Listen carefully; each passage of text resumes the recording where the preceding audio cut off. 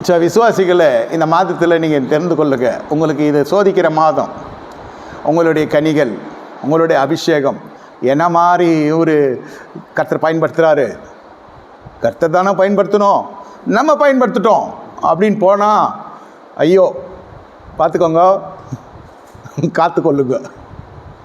உங்களை நீங்கள் காத்துக்கொள்ளுறதுக்கு உங்கள் கருத்தில் கர்த்தர் அபிஷேகத்தை கொடுத்துருக்கிறார். உங்கள் அபிஷேகம் உங்களே காக்கலைன்னா எங்கேருந்து போய் ஊழியத்தை காக்க போகுது? இப்போ புரிகிறதா அந்த ஞானம் என்னன்னு? தவறு ஆபிரகாம் மேலே இல்லை, சாராள் மேலேயும் இல்லை. பாவம் ஜனங்க தேசாந்திரியாக போய் கொண்டிருக்க ஜனங்க நடுவில் வந்தான் பார்த்தீங்களா ஒருத்தன். அதிகாரத்தில், பணத்தில், ஜன பலத்தில் பெரியவனாக வரும். இந்த மாதிரிலாம் வரும். ஆனால் கர்த்தர் எப்படி அதுக்கு நியாய தீர்ப்பு செய்கிறார்? நித்திரை கர்த்தர் எடுத்து போடுறார். சொப்பனத்தில் அவனை கலங்க பண்ணுகிறார். என்ன செய்கிறார்? நீ அழைப்பித்த ஸ்ரீநீத்த நீ செத்தாய், உன்னுடைய மனைவியாக இருக்கிறாளே. அப்போ தான் அவன் சொல்கிறான், ஆண்டவரே நீதி உள்ள ஜனங்கள் பட்டியலில் இவனையே சேர்த்துக்கிறான். நீதி உள்ள ஜனங்களை அழிப்பீரோ. நீங்கள் பார்த்தீங்கன்னாக்கா ஆபிரகாமுடைய ஜபம் சோதம் கோமர பட்டணத்தில் அழிக்கப்படுற பொழுது வந்த ஜபமும் இவர் பண்ணுற ஜபமும் ஒன்றா இருக்கும். ஜபம்லாம் பார்த்தீங்கன்னா அப்படி பசுத்தோன் மாதிரியே பண்ணுறான். பொம்பளை திருடன்.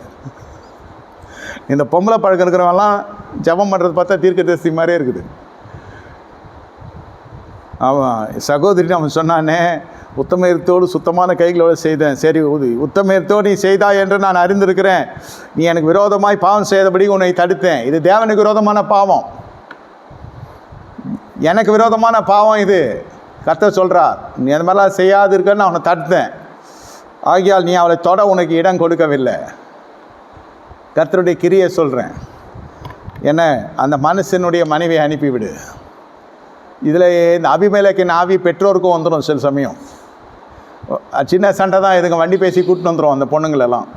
பரவாயில்ல பார்த்துக்கலாம், நான் அவனை வர வைக்கலாம். நம்ம ஒரு வாரம் கேப் விடு, எல்லாம் சேர்ந்துருவான் பாருன்னு. அவன் போய் எங்கேயோ சேரக்கூடாத இடத்துல போய் சேர்ந்துருவான். மறுபடியும் 2 வண்டி பிடிச்சின்னு மறுபடியும் எடுத்து விட்டு வரப்போ அவங்க கேப்பா ஒருத்தி கதுத்து நீங்கள் யாருன்னு.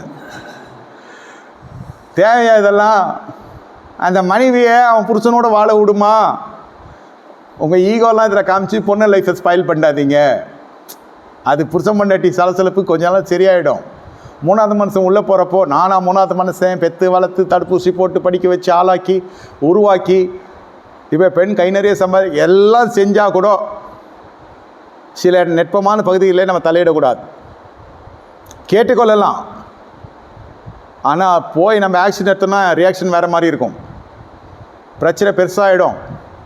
நம்ம நித்திரையும் போய் அவன் நித்திரையும் போய் பாராத்தில் உட்காந்து அவன் ஃபோன் போட்டு நீ யாருக்கு பேசுகிறான்னு தெரியாது.